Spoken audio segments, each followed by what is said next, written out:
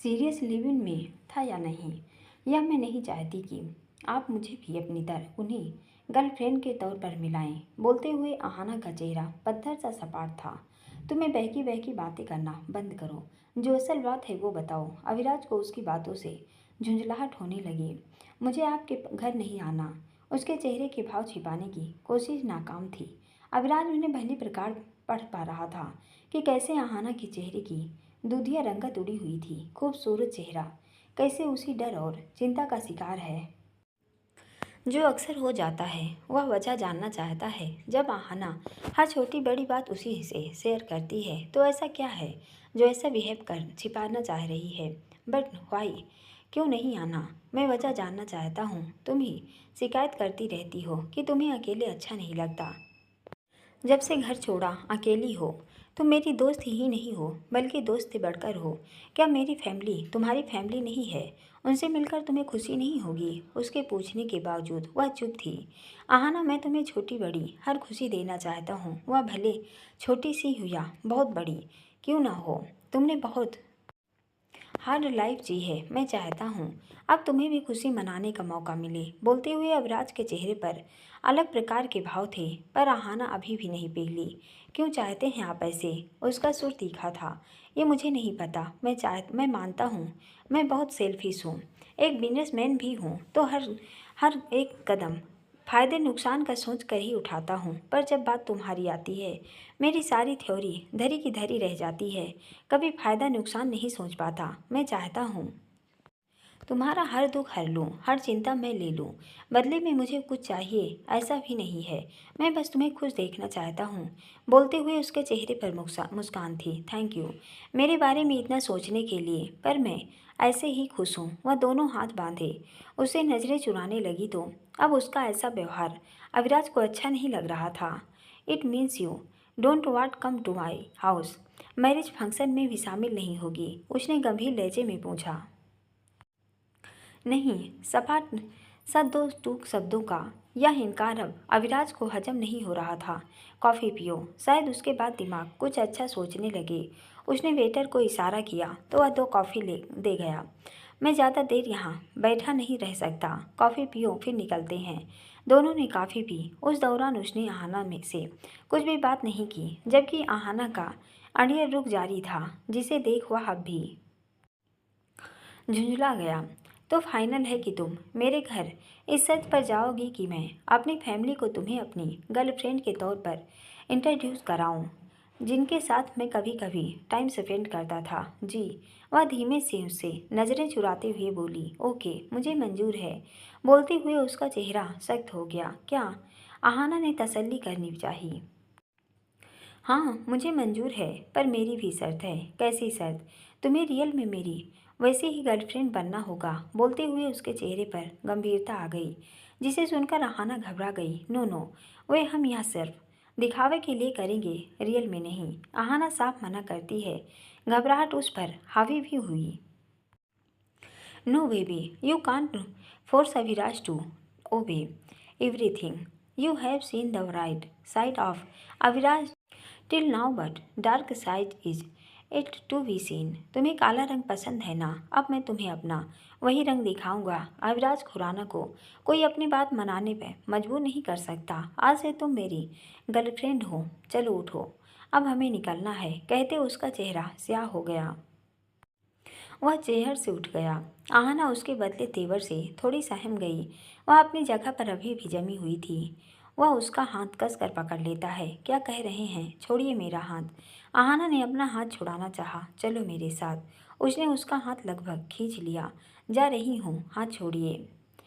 वह बोली, पर वह नहीं छोड़ता। गाड़ी के पास आकर उसे गाड़ी में जबरदस्ती बिठा देता है। आहाना ने उसकी आंखों में देखने की कोशिश की, पर गुस्से के अलावे और कुछ न दिखा। सौम्यता लिए उसके उज्जवल चेहरे पर लाल रक्त वाहिकाएं साफ दृष्टिगोचर होने लगी। आहाना उसके ऐसे व्यवहार से हैरान थी। जब भी देखा अविराज की नज़रों में अपने लिए प्यार या सहानुभूति नजर आई, इसलिए वह उसे कुछ भी बोलने की हिम्मत कर जाती है। कभी लगा ही नहीं कि उसे किसी बात का बुरा भी लग जा सकता है।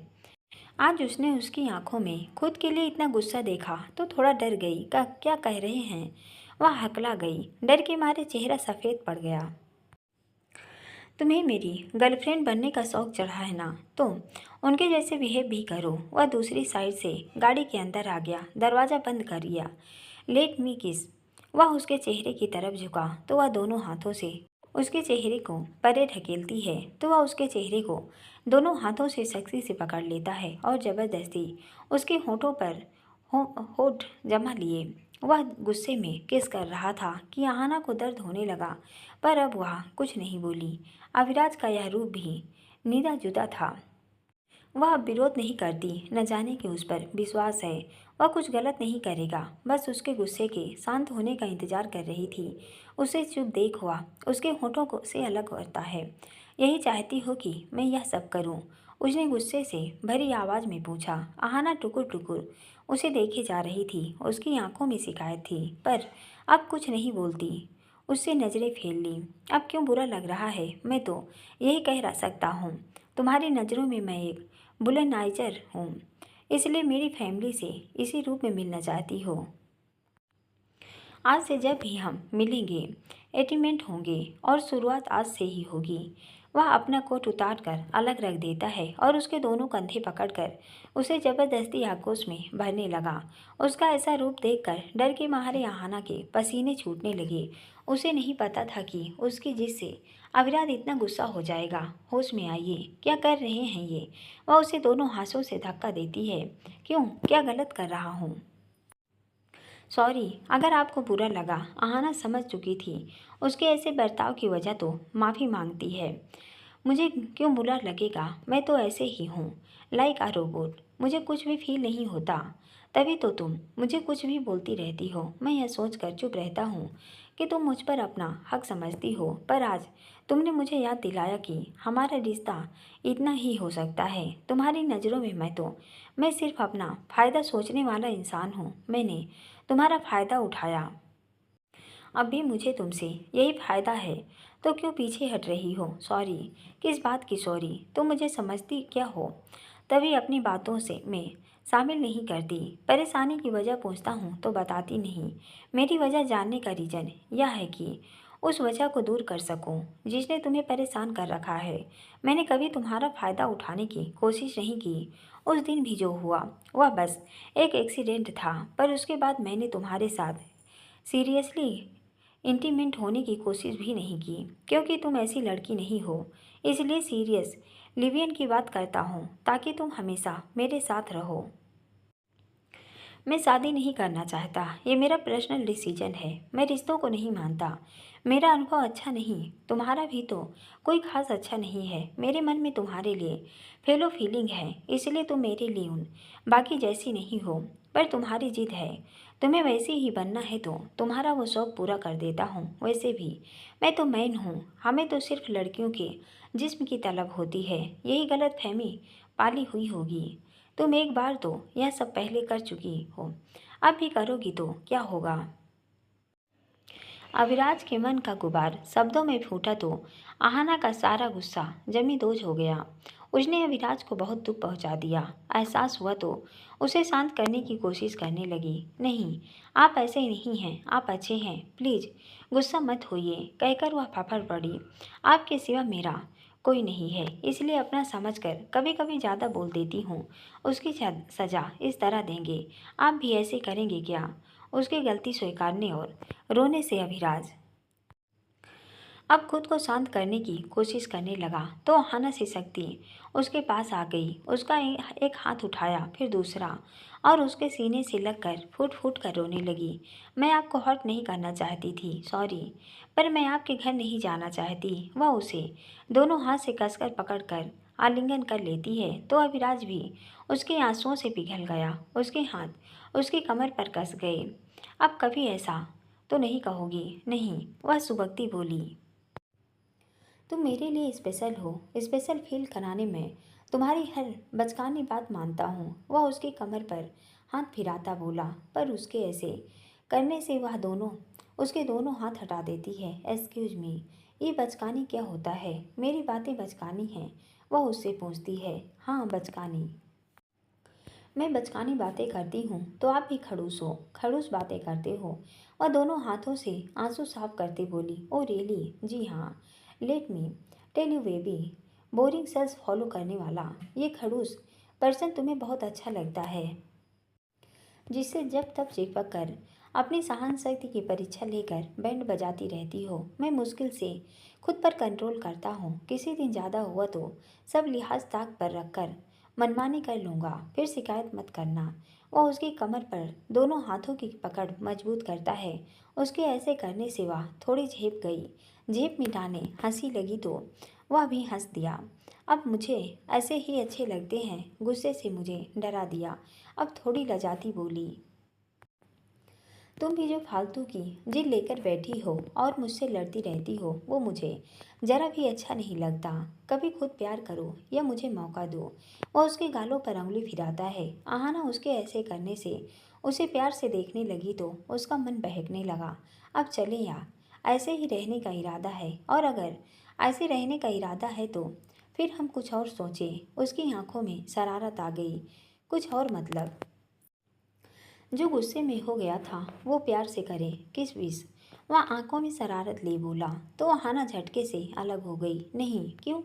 मेरा मन ऐसे गवाही नहीं देता। जब हम सीरियस रिलेशन में आने का सोचेंगे तभी कुछ सोचेंगे। वैसे भी मेरे लिए ये सब चीज़ें मैटर नहीं करती। दिल में अरमान भी जैसे कहीं टुवक कर बैठ गए हैं। मुझे आपकी दोस्ती ऐसे ही पसंद है। वह थोड़ी गंभीर होती बोली, इसका मतलब तुम्हारे साथ अकेला पार्टी करना पड़ेगा, तब तो तुम्हारे अरमान उछाल मारने लगते हैं। वह बड़बड़ाया, मतलब पीने के बाद तुम्हारे अरमान जाग उठते हैं, कहकर वह ठहाकर मार कर हंसा। ऐसा कुछ नहीं है, वह लजाती बोली, मुझे पता है ना। परसों तैयार रहना, घर पर छोटी सी रस्म है, तुम्हें भी शामिल होना है। पर मैं अब बहुत सुन चुका ना। वजह बताओ इन सब बातों की, क्यों मना कर रही हो आने से? एक्चुअली मैं नहीं चाहती कि किसी को मेरा पास्ट पता चले, इसलिए मैं आपके साथ आने से मना कर रही थी। इसमें क्या प्रॉब्लम है? मुझे सबसे मिलने में झिझक होगी। आप इतने बड़े लोग, और कहाँ मैं? ऐसा कोई नहीं सोचेगा, बिना बात परेशान हो। अब मैं सुपर मॉडल एना हूँ, आप भी मुझे आहाना नहीं एना ही बुलाएंगे, न किसी को मेरी पास्ट बताएंगे। Okay, no problem. आहाना हो या एना, मुझे कोई प्रॉब्लम नहीं है। तुम नहीं चाहती तो नहीं बताऊंगा। अब तो कोई इशू नहीं। नहीं, चलें अब? हाँ। उसके हाँ कहने पर गाड़ी आगे बढ़ा देता है और उसे उसके फ्लैट के बाहर छोड़ देता है, जहाँ अविराज का ड्राइवर उसकी गाड़ी लेकर आ गया था। अंदर आई तो शांताबाई उसका इंतजार कर रही थी। उसे भी जाने में लेट हो गई थी। दीदी, आप थोड़ी जल्दी आया करो। अम्मा रहती हैं तो मैं इनको छोड़कर भी नहीं जा सकती। उसने आते ही शिकायत की, 1-2 दिन एडजस्ट कर लें, फिर तो अम्मा चली जाएंगी। कल मैं उनके बेटे से बात करती हूँ। आहाना बोली, ठीक है दीदी, अब मैं जाती हूँ, वरना घर जाकर मेरा मर्द गुस्सा करेगा।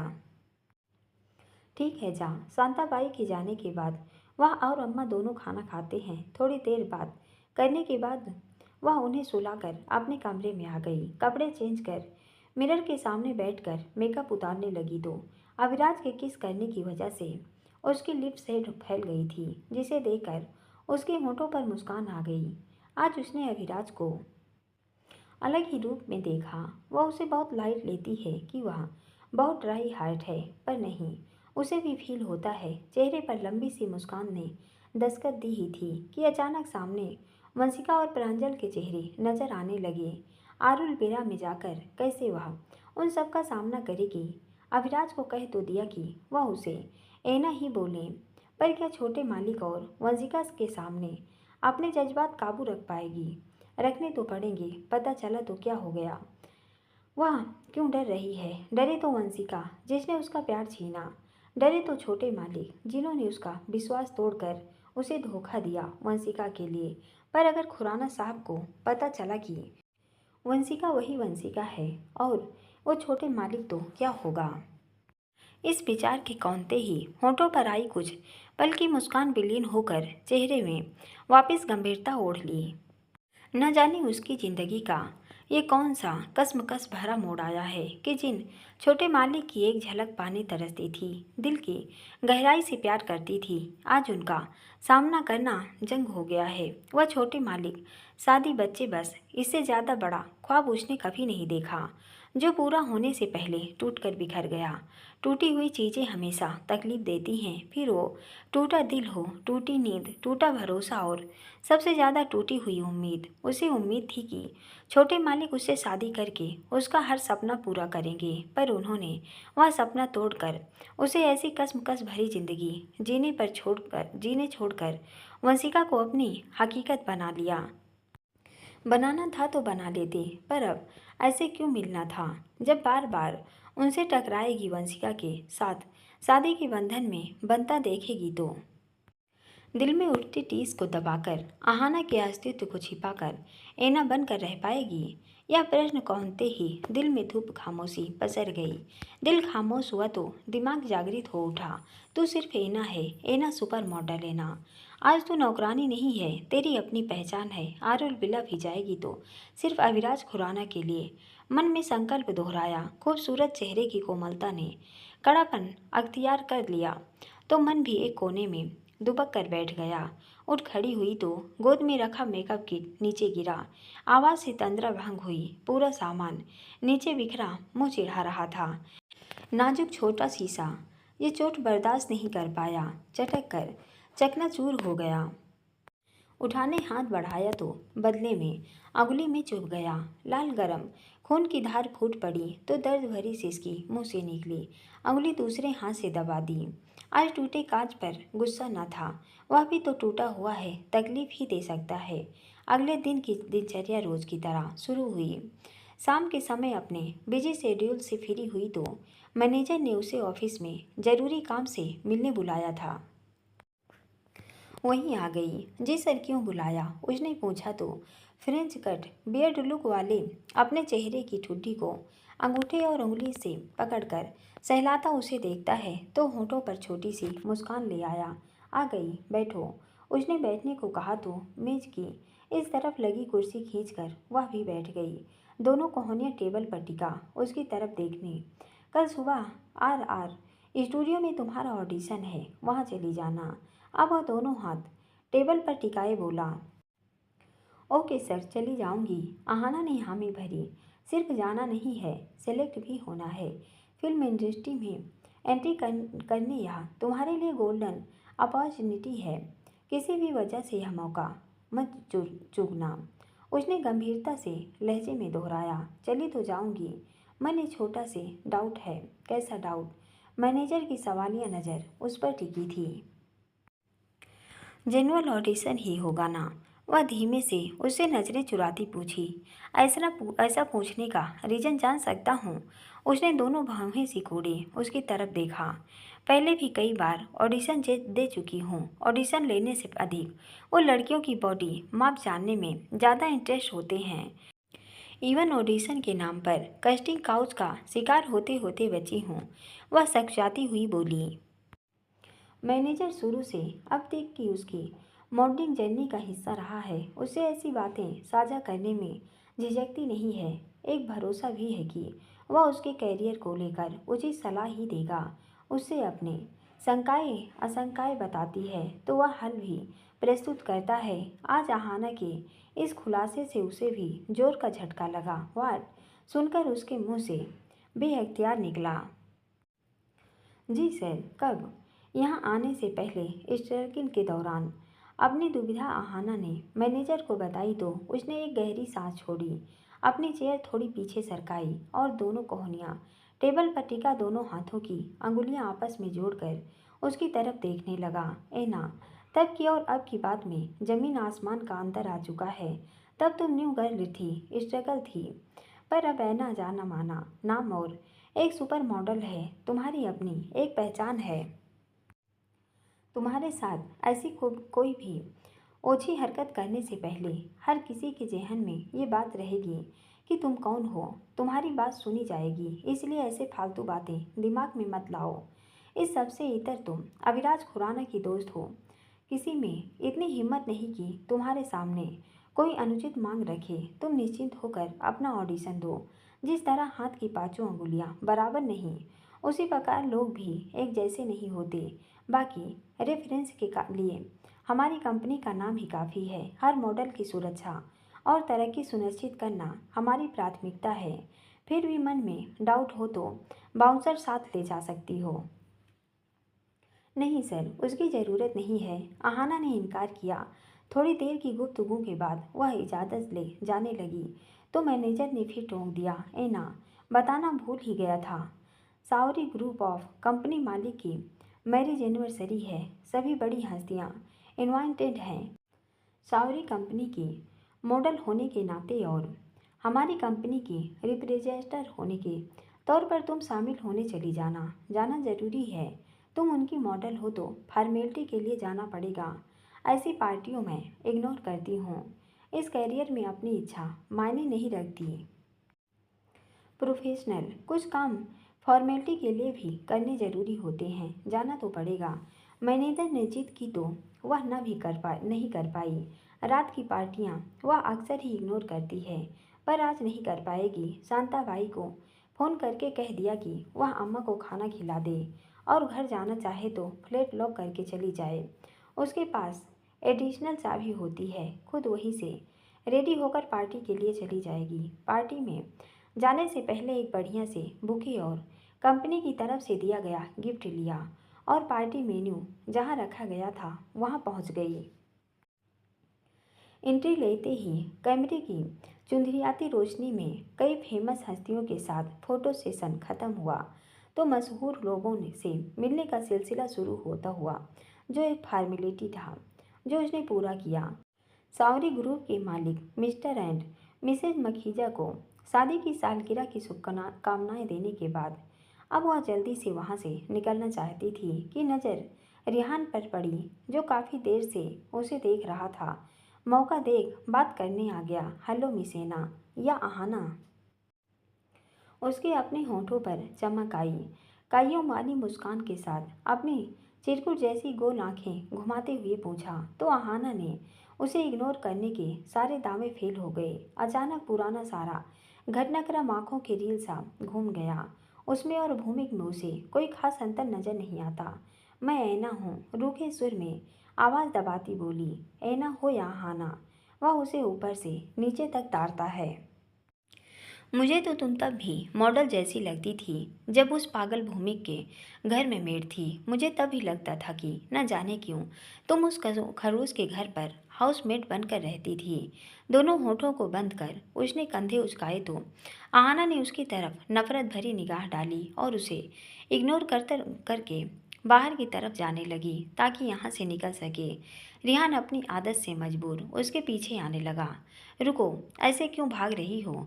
उसने रुकने कहा तो आहाना ने पीछे मुड़कर देखा। इतनी देर में जैसे सख्त दीवार से उसका सिर टकरा गया। सन कांच टूटने की आवाज़ आई तो नज़र नीचे गई। ब्लैक कलर के शाइनिंग लेजर सूच के ऊपर रिंग गिर गई थी। पास में कांच का गिलास टूटकर बिखरा हुआ था। सॉरी सॉरी, उसने सामने वाले शख्स को सॉरी बोलने चेहरा ऊपर किया तो जैसे अनहोनी सामने देख ली। गुस्साए बैल की तरह फुफकारता भूमि खड़ा था। अपने ब्लू कलर के ब्लेजर के ऊपर ड्रिंक गिरने के कारण आंखें सिकोड़े उसे देख रहा था। हे भगवान, दो शैतान एक ही जगह। अपनी फूटी किस्मत के लिए माथा पीट लिया। आहाना न हो गई चुंबक हो गई कि सारी मुसीबतें खींचे चली आती है। सॉरी बोलने जो मुंह खुला था वह ताला बंद हो चुका था। डर के मारे हैरत हलक के अंदर गटकी। कौन उसे इस शैतान से बचाएगा जो उसे तब से बिना पलक झपकाए घूरे जा रहा था है।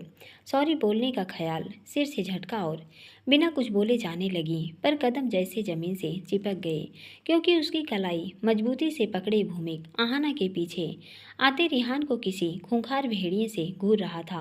रिहान ने उसे खुद को घूरते देखा तो कल्टी मारने में भलाई समझी। वह तो चला गया, पर उसने आहाना का हाथ उसके छुड़ाने की कोशिश के बाद भी नहीं छोड़ा। मुझे मुझे जाने दो, सब लोग उन्हें देख रहे थे तो उसने अटकते हुए कहा। मेरे कपड़े कपड़े खराब हो गए हैं, इनको कौन साफ करेगा। चुप्पी तोड़कर जैसे उसने एहसान कर दिया, वह उसका हाथ खींचता अपने साथ वॉशरूम की तरफ ले जाने लगा। आहाना बस चली गई। कपड़े साफ करो, उसकी कलाई झटक कर वह गुर्राया। मैंने जानबूझकर नहीं किया, गलती से हो गया। वह हकला गई। तू जानबूझकर मुझसे टकराती है। नहीं, वह रुहासी हो गई। रेहान तेरे पीछे क्यों आ रहा था? मुझे मुझे नहीं पता। आजकल उसको फिर से घुमाने लग गई है। नहीं, तो अपनी आदत से मजबूर है। आप मुझे ऐसे कैसे कह सकते हैं? आहाना गुस्से से बोली। जो भूमि को सहन नहीं हुआ, उसके गालों को हाथ से पकड़कर दबा दिया। चुप, मेरे आगे बोले तेरी औकात नहीं है। आहाना ने दोनों हाथों से उसका हाथ छुड़ाना चाहा, पर नाकामयाब रही। चले कपड़े साफ कर, वह उसे हैंकी पकड़ाता बोला। मैं नहीं करूँगी। आहाना ने प्रतिकार किया। नहीं करोगी। उसका प्रतिकार भूमि को सहन नहीं हुआ। उसका हाथ मरोड़ता करब कमर के पीछे ले गया तो आहाना दर्द से कराह उठी। मेरे लिए तू एक नौकरानी है, जो कहा गया है वो कर। आहाना विद्रोह पर थी। नहीं करती तो वह उसे सीधा करता है। और उसके हाथ में जबरदस्ती हैंकी पकड़ाकर उसकी कलाई पकड़ ली और उससे अपना ब्लेजर साफ कराने लगा। जब साफ हो गया तो उसकी कलाई जोर से झटक दी। आहाना लड़खड़ा कर नीचे गिर गई तो उसके होठों पर तंचमई मुस्कान आ गई। दोनों पैरों पर उकड़ू बैठकर उसके गालों को सख्ती से पकड़ लिया। कभी भी अपने मॉडल होने की धांस मुझे मत दिखाना, समझ गई? वरना तुझे तेरी औकात याद दिलाता रहूँगा। उसके यूं पकड़ने से आहाना को दर्द होने लगा तो आंखों से आंसू रिसने लगे तो उसने नफरत से उसे घूरा और उसके गाल को झटक दिया। रिहान को फिर से रिझाने की कोशिश कर रही है ना तू? क्यों करती है ऐसे? तुझे दूर रहने को कहा है ना। आइंदा अगर रिहान या किसी और के तो तेरे पीछे आते देखा तो तेरे सामने ही उसे गाड़ी से कुचल दूंगा या गोलियों से भून दूंगा। उसकी धमकी से आहाना सहम गई। ये आंसू साफ कर और बाहर चल। वह नफरत से मुंह फेर लेती है तो वह हैंकी उसके हाथ में पकड़ाता है और जबरदस्ती उसके आंखों पोंछवाता है। उठो अब।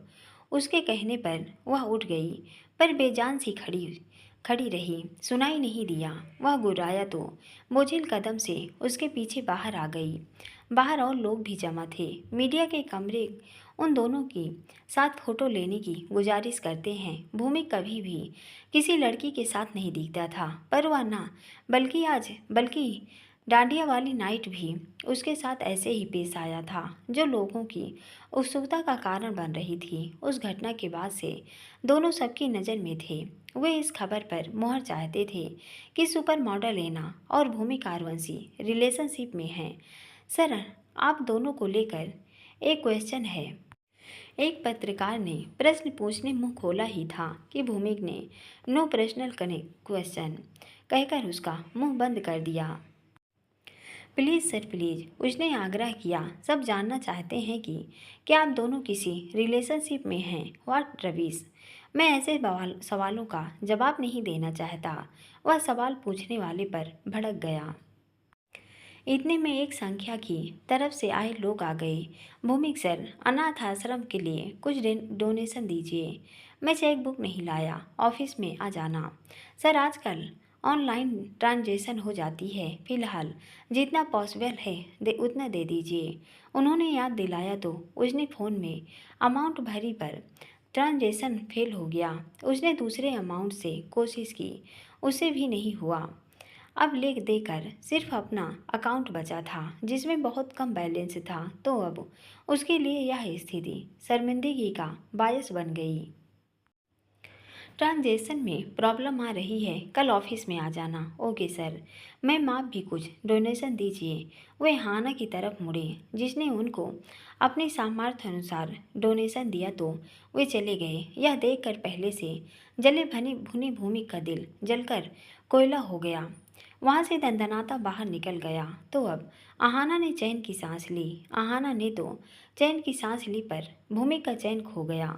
2 दिन से उसे पैसों की ज़रूरत नहीं पड़ी, तो उसे खबर ही नहीं थी। कि उसके पर्सनल अकाउंट को छोड़कर बाकी सभी अकाउंट फ्रीज हो गए हैं।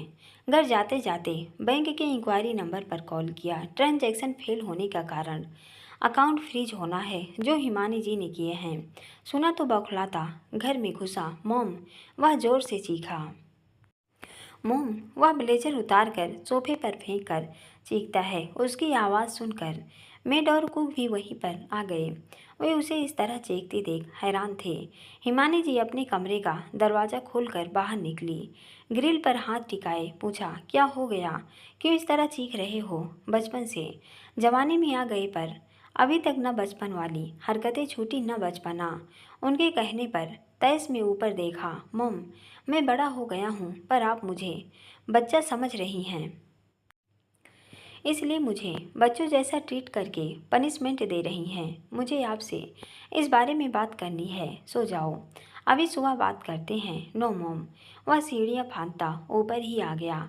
उसे आता देख हुए अपने कमरे की तरफ वापस मुड़ी पर वह वहाँ पर पहुँच चुका था। अभी बात करने का कोई फ़ायदा नहीं है, कहा ना। अभी मुझे बात करनी है, वह उनसे समीप आकर बोला। उसने शराब की महक आ रही थी। रही सही कसर भी जाती रही देखकर एकदम पारा चढ़ गया। उनके मना करने के बावजूद पार्टी से ड्रिंक करके आया है। हिदायतों को दरकिनार कर भूमिक अपनी मनमानी कर रहा है, न अपनी ऐसी आदतों से बाज आ रहा है। सुबह बात करते हैं, वह रूखेपन से बोली। मुझे अभी बात करनी है। भूमिक जिद पर था। मैंने कहा सुबह बात करते हैं। उन्होंने आवाज़ दांतों के बीच पीसते हुए आंखें बंद कर मुट्ठी भींच ली क्योंकि उन पर गुस्सा हावी हो रहा था।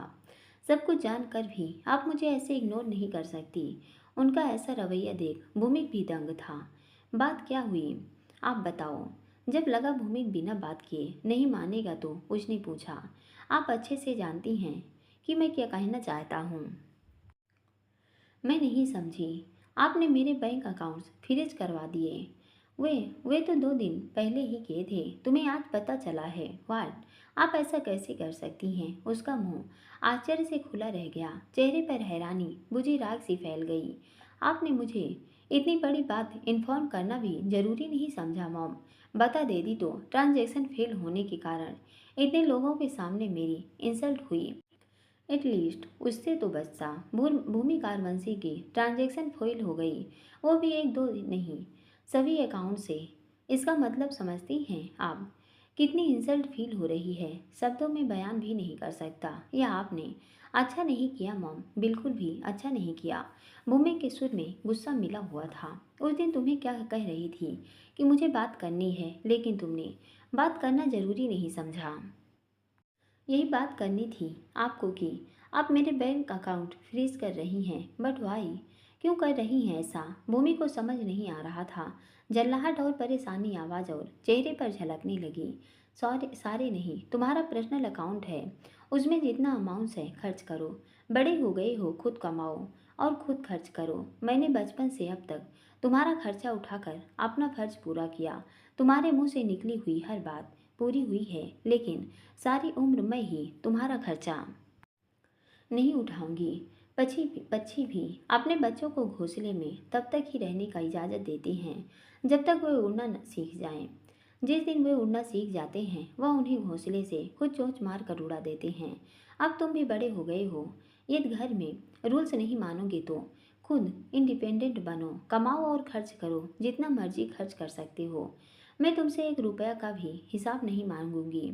उनकी आवाज़ अपेक्षाकृत गंभीर हो गई थी। ऐसा क्यों कर रही हैं आप? भूमि के सुर में हताशा थी। उस दिन का आहाना के साथ किया गया तुम्हारा बिहेव देखा जो मुझे नाकाबिले बर्दाश्त है। एक लड़की के साथ तुम जैसे पेश आ रहे थे, मैं देखकर दंग रह गई थी। तुमने हमेशा उसके साथ गलत बर्ताव किया। जिस दिन आहाना पर रिंग चोरी का इल्ज़ाम लगाकर तुमने उससे बदसलूकी की थी, उसी दिन तुम्हें थप्पड़ लग गया होता तो शायद बात इतनी न बढ़ती। तुम्हें आहाना से अपने किए की माफ़ी मांगनी पड़ेगी। हिमानी जी ने दृढ़ता से अपनी बात दोहराई तो आहाना से माफ़ी की बात सुनकर भूमि को जैसे झटका लगा। आवाज़ लड़खड़ा गई। क्या क्या कह रही हो मॉम? मुझे उस लड़की के सामने झुकने को कह रही हो? माँ होकर अपने बेटे के साथ ऐसे कैसे कर सकती हैं आप? मुझे बहुत आश्चर्य हो रहा है। तुमने आहाना के साथ यह सब क्यों किया? मुझे नहीं पता। तुम लड़कियों से नफरत करते हो या आहाना के लिए फील करते हो? कुछ जो भी हो, तुम जानो। मैं बस इतना जानती हूँ कि तुम्हें माफ़ी मांगनी पड़ेगी और ये भी भरोसा देना पड़ेगा कि तुम उसके साथ अब कुछ भी गलत नहीं करोगे। कुछ भी नहीं। तुम इलीसा का बदला आहाना से नहीं ले सकते। क्या कह रही हो ये मॉम? ऐसा कुछ नहीं है। वो लड़की बहुत चालाक और धूर्त है।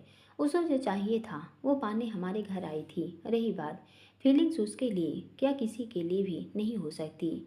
मैं उस लड़की से सिर्फ नफरत करता हूँ।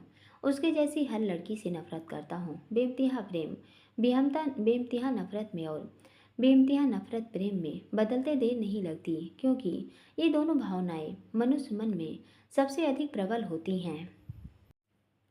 एक दूसरे की विरोधी भी और एक दूसरे की पूरक भी। जिस ईर्ष्या से प्रेम करते थे अब नफरत करते हो, जबकि वह प्रेम ही है जो नफरत में बदल गई। बस चेहरा बदल गया, जो ईर्ष्या से आहाना हो गया। मोम, आप अपनी तरफ से कोई थ्योरी मत बनाइए, न मुझे बहलाइए। बड़ी मुश्किल से ईर्ष्या के नाम से बाहर निकला हूँ। अब कभी अपने मुंह से उसका नाम मत लेना। नहीं लूंगी, पर तुम आहाना को परेशान नहीं करोगे। अगर तुम्हारे मन में उसके लिए भावनाएं नहीं तो प्लीज़ उसे उसकी ज़िंदगी जीने दो। तुमने उसे वह घर छोड़ने को मजबूर किया। जानती हूँ कि तुम्हें लड़कियों से नफरत है। वह तुम्हें यहाँ सहन नहीं होती थी, पर अब वो अपने दम पर मॉडल बन गई है। तुम्हारा उसके साथ वैसा बिहेवियर देखकर मैं दंग हूँ कि तुम एक लड़की के साथ ऐसा कैसे कर सकते हो। उस दिन के बाद मैं इसी सोच में हूँ। मोम, आप बस यही धोखा खा रही हैं। वो यहाँ अपने दम पर नहीं पहुंची, बल्कि अविराज खुराना ने उसे हमारे खिलाफ हथियार के तौर पर इस्तेमाल किया है। वह हमसे दुश्मनी निभा रहे हैं। उसने उस लड़की को मॉडल बनाया ताकि मुझे बेइज्जत कर सके। तुम्हारी बेतुकी बातें मुझ पर कोई असर नहीं करने वाली। मैं तुम्हारी ऐसी बातें सुन सुन के तंग आ गई हूँ। ना अब मैं तुम्हारी बातों में आने वाली हूँ, न तुम्हारी हरकतें माफ़ करने वाली हूँ। समझ गए ना?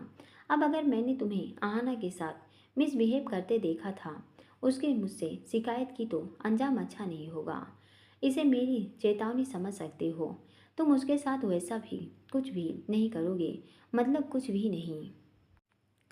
और यह तुम्हारी गलत फहमी है कि उसे यहाँ अब अविराज खुराना ने पहुँचाया है। उसने की होगी थोड़ी मदद जो हमें करनी चाहिए थी। वह उसने कि उसको मॉडल बनाने में, क्योंकि उसमें काबिलियत थी। हम उस पोजीशन पर हैं कि हम किसी की मदद कर सकते हैं। पैसे बनाकर बड़े होने का मतलब यह नहीं होता हम सिर्फ अपने बारे में सोचें। जब बड़े हो जाते हैं तो जिम्मेदारी भी आती है कि हम सामर्थ्य अनुसार उन लोगों की मदद करें जिनको ज़रूरत है। और इस जिम्मेदारी से पीछे हटने का मतलब है असामाजिकता होना। मैं आहाना को मॉडल बनना देखना चाहती थी, क्योंकि उस लड़की में काबिलियत थी और उसकी ज़रूरत भी। लेकिन तुमने क्या किया? तुमने उसे घर छोड़कर जाने के लिए मजबूर किया। उन्होंने समझाने के उद्देश्य से उसे कई तर्क दिए, पर भूमि की भी पूरा चिकना घड़ा किसी भी बात का उस पर रत्ती भर फर्क न पड़ा। उल्टा भड़क उठा। ताकत और पैसा व्यक्ति के अंदर एक अलग प्रकार का मत पैदा करता है, जहाँ वह खुद को सर्वशक्तिमान समझने का भ्रम पालने लगता है, जो उसके पतन का कारण बनता है। इसलिए ताकत और पैसों के साथ विवेक का इस्तेमाल भी अपेक्षित है। आप क्या चाहते हो कि मैं उसके आगे झुक जाऊं? उसकी रत्मिक आंखें तैस में अधिक लाल हो गई। झुकने को नहीं कह रही, बस तुम्हें उससे अपने किए की माफ़ी मांगनी है और ये वादा देना पड़ेगा कि आइंदा कभी उसके सामने नहीं पड़ोगे। मैं उससे माफ़ी नहीं मांगूंगा, ठीक है? फिर अपना खर्च खुद से चलाओ। ओके मॉम, अब यही चाहती हैं तो यही सही। आपको वो लड़की काबिल लगती है और अपना बेटा नकारा, जिसको आपके सहारे और आपके नाम की ज़रूरत पड़ती है। मैं अब अपनी अलग पहचान बनाऊंगा अपने दम पर। मैं उस लड़की को इस बात के लिए कभी माफ़ी नहीं मांगूंगा। आखिर वह सब करने में कामयाब रही जो वह चाहती थी। वह इस काम के लिए ही हमारे घर में घुसी थी, क्योंकि वह हम दोनों के बीच दीवार खड़ी करना चाहती थी, जो करने में वो सक्सेसफुल रही। उसने हमें एक दूसरे से दूर कर दिया। आप ही चाहती हैं ना कि मैं अपने दम पर अपना खर्चा चलाऊं, तो मुझे मंजूर है। मैं आज के बाद आपका कोई भी बैंक अकाउंट यूज नहीं करूंगा। मैं अपने दम पर अपनी पहचान बनाऊंगा और अपने खर्चे चलाऊंगा। वह तुम्हारी मर्जी है। अगर तुम्हें मेरे बैंक अकाउंट यूज करने हैं या मेरी प्रॉपर्टी पर अधिकार चाहिए, तो तुम्हें आहाना से माफ़ी मांगनी पड़ेगी। साथ में अपनी बुरी आदतें भी छोड़नी पड़ेंगी। मैं उसे कभी माफ़ी नहीं मांगूंगा। भूमिक भुनभुनाता वह अपने कमरे में चला गया। उसे बहुत अधिक गुस्सा आ रहा था। कमरे में जाकर भड़बड़ा कर दरवाज़ा बंद कर जोर से पैर का प्रहार बेड पर किया और काउच पर बैठ गया। काफ़ी देर सोचता रहा। आहाना पर बहुत अधिक गुस्सा आ रहा था। आखिर वह अपने चाल में कामयाब रही। वह अपने सेक्रेटरी को फ़ोन करता है। हेलो दैविक। जी सर, तुमने कहा था कोई डायरेक्टर मुझसे मुलाकात करना चाहते हैं। जी सर, डायरेक्टर राज बर्मन नई फिल्म पर काम कर रहे हैं, जिसके लिए उन्हें एक न्यूकमर चाहिए। जो उन्होंने इसके लिए प्रायोरिटी आपको रखी थी, पर आपने उसमें इंटरेस्ट नहीं दिखाया, तो मैंने मना कर दिया। ऐसा करो, उन्हें दोबारा से फ़ोन करो और मीटिंग फिक्स कराओ। मैं सुबह तुमसे बात करता हूँ। ओके सर, बात करता हूँ, कहकर वह कॉल डिस्कनेक्ट करता है। भूमिक पक्का निश्चय करता है कि वह अपने दम पर ही अपनी पहचान बनाएगा, पर माफ़ी नहीं मांगेगा। वह कभी माफ़ी नहीं मांग सकता, बेशक इसके लिए उसे पैसों की तंगी का सामना करना पड़े।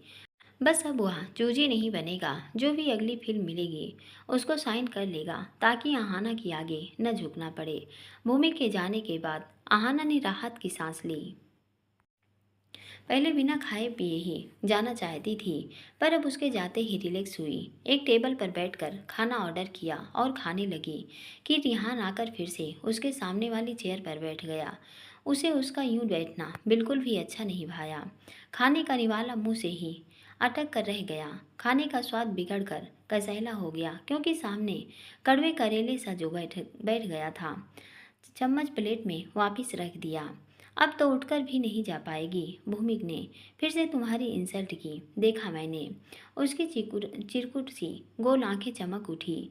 होठों पर वही कमीनगी भरी मुस्कान। आहाना का खून फूंकने काफ़ी थी।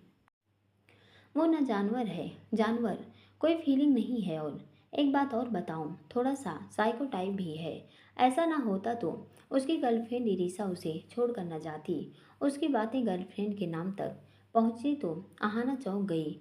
उसे दीवानगी की हद तक प्यार करता था, पर दीवानगी और पागलपन में छोटा सा फर्क होता है, जिसको रखना उसे आया नहीं। उसके बाद तो यह और भी खतरनाक हो गया। मतलब ये कि वो उसे कॉलेज में किसी के साथ भी बात करते देखता था तो पसंद नहीं करता था। अगले दिन वह बंदा हॉस्पिटल में मिलता था। रिहान की बात सुनकर आहाना ने बुरा सा मुंह बनाया। किसी इंसान को जानवर से प्यार करते कैसे हो सकता है, तो वो भी जंगली। इम्पॉसिबल लगता है। उसे भी डरा धमका कर जोर जबरदस्ती से कबूल करवाया होगा। उसने गुस्से से कंधे उचकाए। नहीं, ऐसा नहीं है। पहले भूमिक इतना भी बुरा नहीं था। मेरा बहुत अच्छा दोस्त था, ये तो तुमने भी देखा है। एरिसा की दीवानगी ने उसे ऐसा बना दिया था।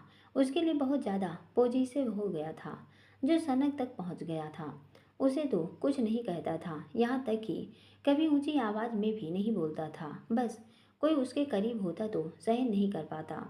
एक दिन उसके बचपन के दोस्त उसको इतना मारा कि वह आईसीयू में पहुंच गया था। हिमानी जी का बेटा था। पुलिस कार्यवाही से तो बच गया, पर वो इससे इरिसा इतना डर गई कि उसने ब्रेकअप कर लिया। भूमिक के अलावा कोई बॉयफ्रेंड बनाती तो भूमिक उसे जान से मार देता।